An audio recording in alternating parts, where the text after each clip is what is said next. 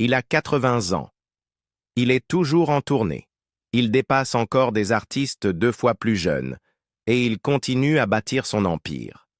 Mick Jagger n'est pas seulement le leader des Rolling Stones, il est une marque mondiale, un négociateur redoutable, et l'un des musiciens les plus riches de la planète. Entre tournées à 1 milliard de dollars, investissements immobiliers et projets cinématographiques discrets, Jagger a bâti une fortune qui dépasse largement la scène musicale. Alors, comment s'y est-il pris? Et à quoi ressemble vraiment sa vie en 2025? Plongeons dans la vie luxueuse et étonnamment stratégique de Mick Jagger. Au cœur de l'immense fortune de Jagger se trouve l'énorme machine qu'est les Rolling Stones. Un groupe qui n'a pas simplement surfé sur la vague de la British Invasion dans les années 60, mais qui est devenu l'un des actes musicaux les plus lucratifs et durables de l'histoire. Alors que beaucoup de leurs contemporains se sont éteints ou divisés, les Stones ont réalisé ce qu'aucun autre groupe de leur époque n'a vraiment réussi: se transformer en une entreprise mondiale, restant pertinent tout en faisant du rock une industrie à haute marge. Et au centre de cette machine, à la fois sur le plan artistique et financier, se trouve Mick Jagger. Ce qui distingue réellement les Rolling Stones, ce n'est pas seulement leur influence culturelle ou leur catalogue musical, c'est la manière dont ils ont redéfini l'économie du spectacle vivant. Leur tournée No Filter en 2018 a généré 117 millions de dollars en seulement 14 concerts, soit une moyenne incroyable de plus de 8 millions par spectacle. Entre 2012 et 2019, ils ont engrangé un total de 929 millions de dollars, faisant d'eux l'un des groupes les plus rentables de la décennie. Et ce n'étaient pas des tournées d'adieu, juste les dernières d'une longue série de circuits mondiaux ultra rentables. Selon Fortune, entre 1989 et 2001, le groupe avait déjà généré plus de 1,5 milliard de dollars. Et ils ont continué à gagner des fortunes bien au-delà de leurs 70 et 80 ans. Ce succès financier n'a rien d'un hasard. Sous la direction de Jagger, les Stones se sont transformés en entités corporatives à l'influence tentaculaire. Des ventes de billets au merchandising, en passant par les droits de marque et les licences musicales, chaque aspect de leur marque a été monétisé de manière stratégique. Ils ont créé de nombreuses structures commerciales, dont plusieurs enregistrées dans des juridictions fiscalement avantageuses comme les Pays-Bas. Ces sociétés de gestion contrôlent tout, des droits d'édition au bénéfice des tournées, permettant au groupe de réduire légalement son exposition fiscale sur des centaines de millions de revenus. Et ne vous y trompez pas, Mick Jagger est le PDG de cet empire. Il n'est pas seulement le chanteur. C'est lui qui est à la table des négociations, veillant à ce que les contrats soient solides et que le groupe conserve la propriété et le contrôle de ses actifs les plus précieux. En tant que co-auteur de presque tous les grands succès des Rolling Stones aux côtés de Keith Richards, Jagger bénéficie également d'un flux constant de redevances d'édition, générées à chaque diffusion, reprise ou utilisation d'un titre des Stones dans un film ou une publicité. Ces droits seuls valent des dizaines, voire des centaines de millions de dollars. Encore plus impressionnant, après une longue bataille juridique, Jagger et le groupe ont réussi à racheter les droits de leurs enregistrements postérieurs à 1971, obtenant ainsi le contrôle total de leurs œuvres les plus célèbres. Cela signifie que les Stones profitent non seulement de leurs nouvelles tournées et sorties, mais continuent également de toucher des revenus massifs grâce à leurs albums classiques comme Exile on Main Street, Sticky Fingers et Some Girls, régulièrement réédités en version deluxe ou utilisés dans des bandes-sons et publicités. Au-delà des revenus directs, la valeur de la marque, l'aura intangible des Rolling Stones, est quasi inestimable. Leur logo emblématique langue et lèvres est l'un des symboles les plus reconnaissables de l'histoire de la musique et un moteur de merchandising à part entière. Des collaborations de luxe aux rééditions vintage, les produits dérivés des Stones représentent une activité à plusieurs millions, et les partenariats de licence se sont multipliés avec l'essor des objets numériques et des collaborations de marques. C'est cette fusion d'art et d'entreprise qui distingue la fortune de Jagger. Si les concerts apportent des cachets vertigineux, les ventes de disques restent une base solide de sa richesse. Avec plus de 200 millions d'albums vendus, le catalogue des Stones continue à générer des revenus à travers les ventes physiques, les téléchargements numériques et le streaming. Des albums comme Sticky Fingers, Exile on Main Street, Some Girls et Tattoo. Ils ne sont pas seulement des classiques, ce sont de véritables rentes. Rééditions, coffrets collector, éditions de luxe et licences pour films et publicités assurent un flux constant de revenus. Lorsqu'un morceau comme Painted Black est utilisé dans une superproduction hollywoodienne, une part de cette somme revient directement à Jagger. De plus, le groupe détient les droits de nombreux enregistrements et éditions post-70, ce qui signifie qu'une grande partie de chaque dollar dépensé sur leur musique ne va pas à une maison de disques, mais directement au groupe, et donc à Jagger. Même si sa carrière solo n'a jamais éclipsé celle des Stones, les projets personnels de Jagger lui ont tout de même rapporté plusieurs millions. Des albums comme She's the Boss, Wandering Spirit et Goddess in the Doorway n'ont pas été des blockbusters, mais se sont tout de même vendus à des centaines de milliers d'exemplaires, et sans groupe pour partager les bénéfices, les profits lui revenaient intégralement. Plus important encore, Mick Jagger a toujours eu le sens de la réinvention. En 2011, il a lancé Super Heavy, un supergroupe éclectique mêlant les genres avec Dave Stewart, Joss Stone, Damian Marley et A.R. Rahman. Ce projet relevait davantage de l'expérimentation créative que d'une manœuvre lucrative, mais il traduisait l'instinct de Jagger à rester dans l'air du temps, à prendre des risques et à explorer au-delà des Rolling Stones. En 2023, il est allé encore plus loin, en lançant sa propre ligne d'harmonicas en partenariat avec Wino Music et Lee Oscar. Ces instruments en édition limitée se sont vendus en un éclair, portés par sa base de fans mondiale et une fidélité à sa marque qui s'étend sur des décennies. Peu de gens savent que Mick Jagger s'est discrètement bâti une seconde carrière derrière la caméra, en tant que producteur de films. En 1995, il cofonde Jagged Films, une société de production qui devient son terrain d'expression créatif hors scène.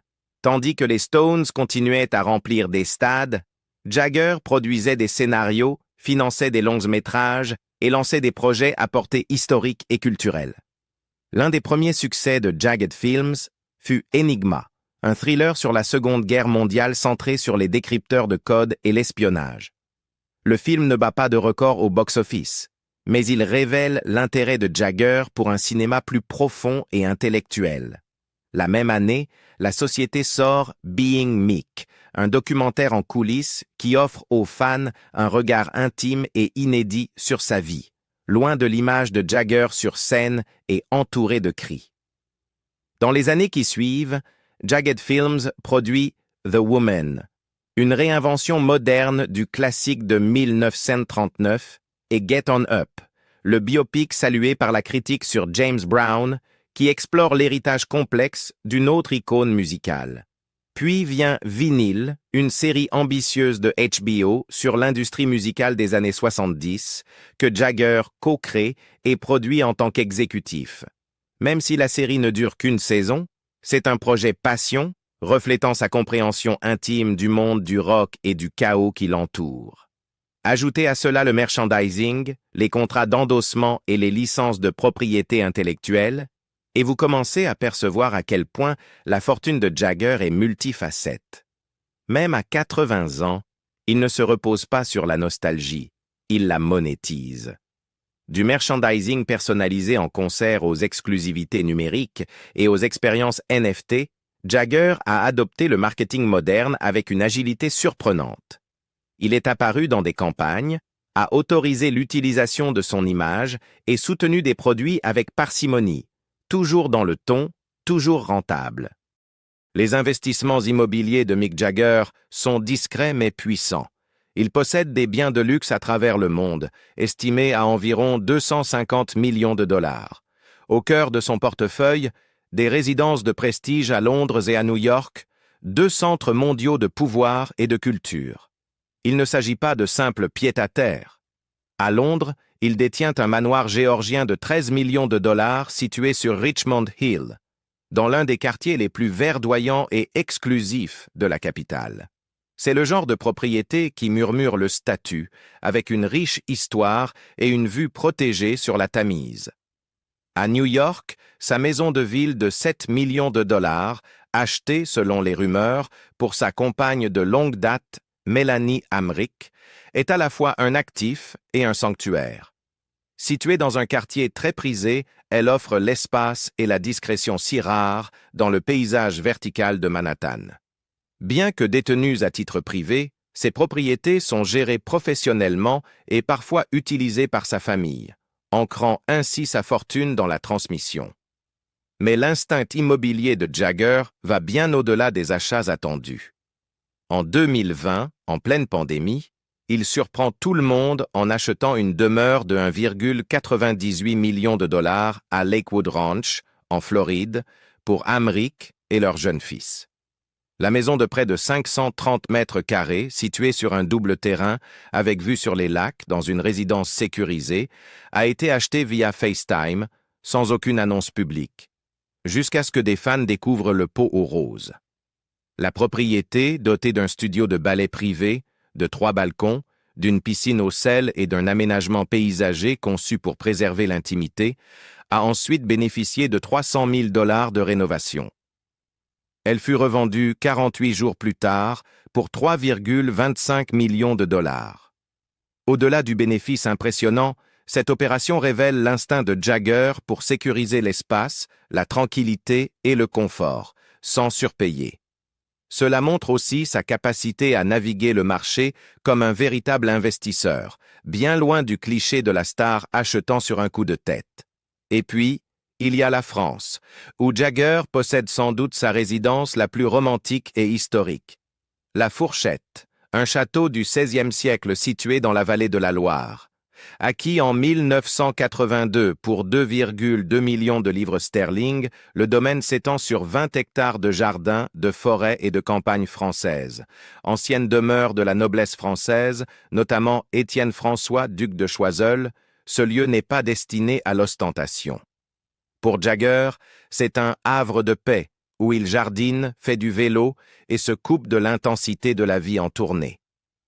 Aujourd'hui, la valeur de ce domaine a probablement été multipliée, mais pour Jagger, sa vraie richesse réside dans le mode de vie qu'il offre, enraciné dans la nature, la discrétion et la permanence.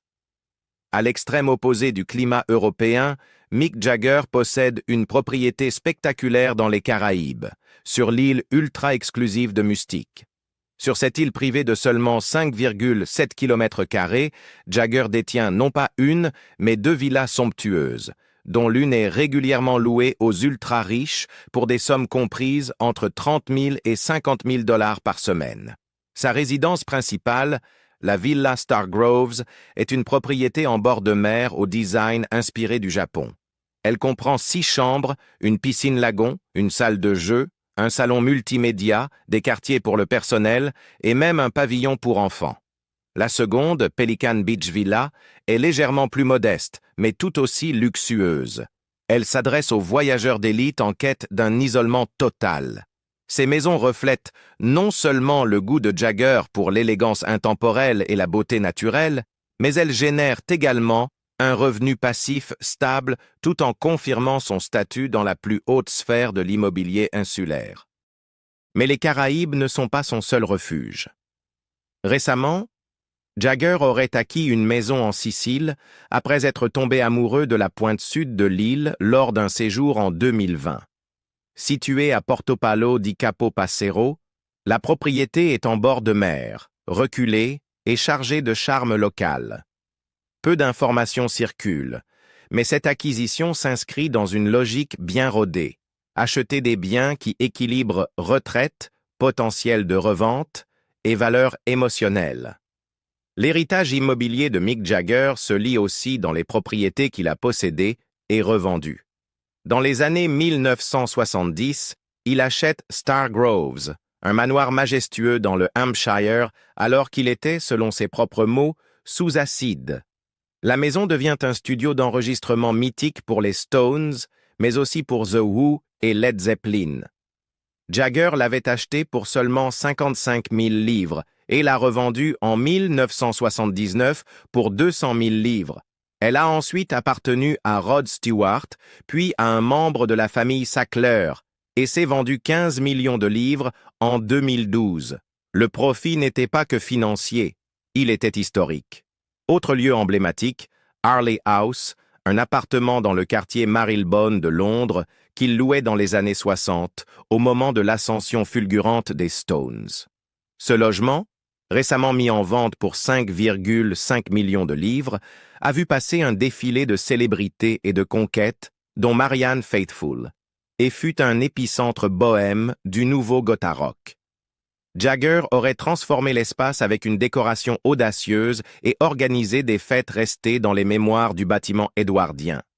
Quand il s'agit d'argent, Mick Jagger ne l'affiche pas avec des flottes de Lamborghini dorées. Son goût en matière d'automobile reflète, comme sa musique, une élégance intemporelle, un raffinement précis et une passion pour l'ingénierie. Sa collection est estimée entre 1,5 et 1,7 million de dollars. La pièce la plus précieuse de son garage est sans conteste son Aston Martin DB6 Volante, icône britannique des années 60. Ultra rare, moins de 140 exemplaires produits, et associé à des légendes comme Paul McCartney ou le prince Charles, cette décapotable est l'une des plus convoitées du marché. Son modèle bleu nuit, acheté à l'apogée de sa gloire, a gagné en prestige avec le temps, y compris après un accrochage fameux avec la comtesse de Carlisle. Aujourd'hui, ce type de modèle peut atteindre entre 900 000 et 1 million de dollars, voire plus avec l'histoire de Jagger attachée. Son Ford Galaxy 500 XL. Convertible, bien que moins onéreux, est un trésor personnel. Acquis au début des années 60 pour se récompenser de ses débuts fulgurants, il incarne la liberté et le succès. Sur le marché actuel, selon son état, il vaut entre 30 000 et 50 000 dollars, mais sa valeur grimperait en flèche en cas de vente aux enchères liée à Jagger. Un rocker sans Rolls-Royce? Impossible. Sa Silver Cloud 3 est un clin d'œil à la tradition britannique. Autrefois abordable, ce modèle est désormais coté entre 150 000 et 250 000 dollars, et bien plus avec une provenance de célébrité. Jagger possède aussi une Mercedes-Benz S-Class S550, symbole de luxe moderne. À sa sortie, elle coûtait environ 96 000 dollars. Aujourd'hui, une version bien entretenue se revend entre 50 000 et 70 000 dollars. Et bien sûr, un collectionneur sérieux se doit d'avoir une Ferrari. La Ferrari 400i de Jagger, achetée en 1983 avec Keith Richards et Bill Wyman, a longtemps été sous-estimée. Désormais prisée, elle vaut entre 70 000 et 120 000 dollars, avec un supplément inévitable pour l'exemplaire de Jagger. Ce qui frappe, ce n'est pas seulement combien gagne Mick Jagger, mais comment il gère sa fortune. Là où tant de rockstars de son époque se sont effondrés financièrement, Jagger est resté impeccable. Aucune faillite, aucun scandale ruineux. Des relations très médiatisées? Oui, mais aussi une rigueur budgétaire, un sens aigu des affaires et un empire construit avec méthode. En 2019, Forbes plaçait les Rolling Stones parmi les artistes les mieux payés avec 41 millions de dollars de revenus malgré les concerts reportés à cause de son opération du cœur. Même ses revers sont temporaires. Son retour sur scène a été acclamé comme un symbole de résilience.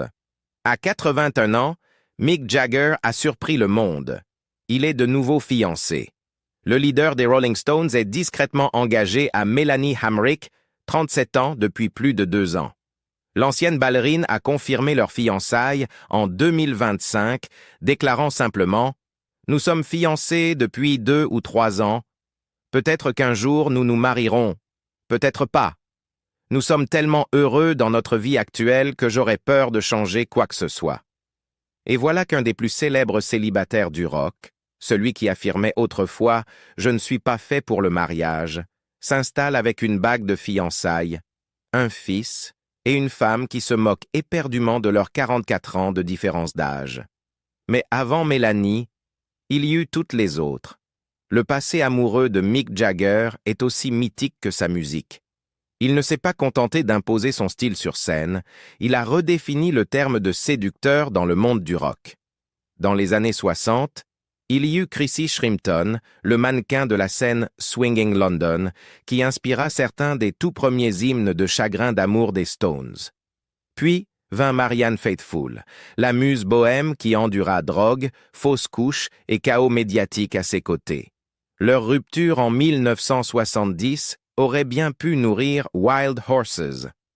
Ensuite arriva Marsha Hunt, qui donna naissance au premier enfant de Jagger, Caris, et intenta plus tard un procès en paternité qui fit les gros titres pendant des années. Puis, le mariage rock ultime, Bianca Jagger. Ils se sont mariés en 1971 et elle lui donna son deuxième enfant, Jade. Mais la relation se désagrégea dans un climat d'infidélité et d'intrusion médiatique. Bianca déclara plus tard « Mon mariage s'est terminé le jour du mariage ». Quand Jagger rencontra Jerry Hall en 1977, elle était fiancée à Brian Ferry. Il la conquit, eut 4 enfants avec elle et vécut une saga glamour et mouvementée sur 2 décennies. Mais, là encore, la fin fut chaotique. Hall découvrit que Jagger avait mis enceinte la mannequin Luciana Morad. Leur mariage, annulé. Leur lien, fracturé mais civilisé. Il continua à fréquenter des femmes plus jeunes, Sophie Dahl, Carla Bruni, et entama une longue relation, apparemment stable, avec la styliste Lorraine Scott. Son suicide tragique, en 2014, bouleversa Jagger. Il l'appelait sa compagne et meilleure amie. Et sa mort laissa une cicatrice qu'aucun tabloïd ne put embellir. Et puis, Mélanie Hamrick. Le calme après la tempête. La vie de Jagger aujourd'hui est un véritable manuel de réinvention. Il s'entraîne comme un athlète, médite chaque jour et suit un régime méticuleux. Son programme comprend yoga, sprint, musculation et séances de danse, jusqu'à 6 jours par semaine. À 81 ans, il donne toujours des concerts de 2 heures et peut dépasser la plupart des chanteurs 2 fois plus jeunes. Son secret? Un changement de mode de vie total. Inspiré par son père, professeur d'éducation physique, et poussé par le désir de continuer à se produire, Jagger a mis fin aux excès depuis des années. Il évite le sucre après 18 heures, mange sainement et commence la journée avec des smoothies à l'huile de foie de morue. Même après une opération cardiaque en 2019, il est revenu comme une machine. Il faisait en sorte qu'on entende chaque caisse claire, chaque guitare sur l'album, a déclaré le producteur Andrew Watt à propos des sessions de Acne Diamonds. C'est le chanteur le plus travailleur que j'ai jamais rencontré. Et côté famille, il est étonnamment présent. Avec Devro, son plus jeune enfant, Jagger dit qu'il découvre une nouvelle approche de la parentalité. Plus lente, plus patiente. On perd un peu la main, plaisante-t-il. Mais c'est agréable d'avoir des enfants à tout âge. Hamrick le décrit comme un père fantastique, allant jusqu'à dire qu'elle reçoit plus de soutien de Jagger que certaines de ses amies n'en ont de leur mari. Et bien qu'elle ne pousse pas pour un mariage, leur lien semble plus fort que n'importe quelle cérémonie. « Je me fiche de ce que les gens pensent de notre différence d'âge », a-t-elle déclaré à Paris Match. « Suis-je heureuse? Oui. Lui aussi? Oui, c'est tout ce qui compte. » Dans une décision qui a choqué fans, critiques et même certains de ses pairs, Jagger a récemment confié au Wall Street Journal qu'il ne comptait pas léguer son immense fortune à ses 8 enfants. Sa raison? Brutalement simple. Les enfants n'ont pas besoin de 500 millions de dollars pour bien vivre. Allons. À la place, Jagger a laissé entendre qu'il souhaitait donner cet argent à des œuvres caritatives, déclarant « Peut-être qu'on peut faire un peu de bien dans le monde ». C'est une déclaration qui a fait des vagues dans le monde de la musique et déclenché un débat passionné sur la parentalité, le privilège et ce que nous devons à la génération suivante. Pour Jagger, cette décision semble ancrée dans un principe, pas dans du ressentiment. Contrairement à certaines légendes du rock qui ont pris des décisions similaires par amertume, Jagger semble, osons le dire, philosophique. Pour lui, l'argent n'est pas la récompense. Vivre, travailler, créer, voilà les vraies récompenses. Et il semble vouloir que ses enfants trouvent du sens de la même façon. Par le travail, pas par l'héritage. Jagger est aussi, notoirement, peu sentimental. Il est aiguisé, discret, stratégique. Sa vision a toujours été plus entrepreneuriale que nostalgique, et son approche de l'héritage n'y fait pas exception. On peut maintenant gérer un business posthume, a-t-il déclaré au WSJ, en référence au concert virtuel d'ABBA. La technologie a vraiment évolué. Traduction? Jagger pense à l'impact à long terme, pas au confort familial. Ce qui l'intéresse, c'est l'héritage public, l'art, la musique, l'innovation, pas les dynasties privées. Les réactions en ligne aux propos de Jagger furent rapides et polarisées. Certains l'ont salué pour avoir promu l'autonomie, d'autres l'ont trouvé cruel. Un commentaire disait « Après toutes ces frasques et son incapacité à offrir une enfance normale à ses enfants, la moindre des choses serait de leur laisser l'argent. » Un autre a ajouté « C'est du narcissisme malin en action. » Mais d'autres l'ont défendu. Il les a élevés, soutenus, leur a donné un avantage. « Ce n'est pas suffisant », a répondu un utilisateur. Peut-être que le vrai cadeau, c'est justement de ne pas les laisser dépendre éternellement de son nom. Il y a aussi une vérité inconfortable derrière la critique. La société s'attend à ce que la richesse soit transmise. Surtout autant de richesse. Nous sommes culturellement conditionnés à voir l'héritage comme le dernier acte d'amour parental. Rompre cette attente, même en tant qu'icône mondiale, c'est s'exposer au jugement. Mais Jagger n'a jamais suivi les règles.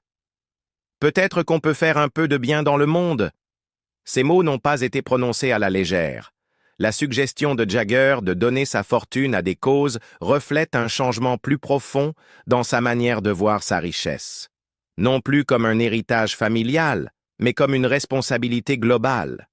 Il vit peut-être comme un milliardaire, mais il est discipliné, concentré et, osons le dire, humble quant à ce que l'argent peut réellement accomplir. Il ne vit plus pour les fêtes extravagantes ou les excès d'ego. Il vit pour la scène, pour sa forme physique, pour l'euphorie créative. Sur Instagram, on le voit randonner en Italie, regarder du cricket, visiter des musées. Pas de yacht, pas de soirée sertie de diamants. Il est aujourd'hui bien plus moine que magnate. Et si son argent peut servir à autre chose qu'au luxe privé, il est totalement pour. C'est la question qui revient sans cesse. Que penseront ses enfants? Honnêtement, ils ne seront probablement pas choqués. La plupart des enfants de Jagger sont déjà riches par eux-mêmes. Jade est designer. Elizabeth et Georgia May sont mannequins à succès. James est acteur et musicien. Gabriel est journaliste. Lucas, aujourd'hui dans la vingtaine, travaille dans les médias. Caris œuvre dans le cinéma. Tous ont vécu dans le confort, le soutien et l'accès. Et n'oublions pas, il n'a jamais dit qu'il ne leur laisserait rien. Il a seulement dit qu'il n'avait pas besoin d'un demi-milliard. Recevront-ils des fonds, des biens, un soutien privé non lié au catalogue? Presque certainement. Mais l'idée que l'entière fortune posthume de Jagger doive financer une nouvelle génération de mondains, c'est cela qu'il rejette. Alors, derrière son assurance intemporelle et ses hymnes de stade, Mick Jagger est la preuve vivante que le rock peut vieillir comme un grand cru. Surtout quand il est accompagné de décisions avisées, de biens immobiliers mondiaux et de quelques Aston Martin vintage. Mais voici la question. Pensez-vous que le vrai secret de Mick a toujours été la discipline ou simplement de ne jamais s'arrêter? Partagez vos réflexions en commentaire. Et vous, sur quoi dépenseriez-vous si vous aviez une fortune de 500 millions de dollars, un château en France ou une Ferrari des années 80? Likez si vous avez appris quelque chose et partagez si vous pensez que Jagger reste le modèle ultime pour vivre une vie de légende.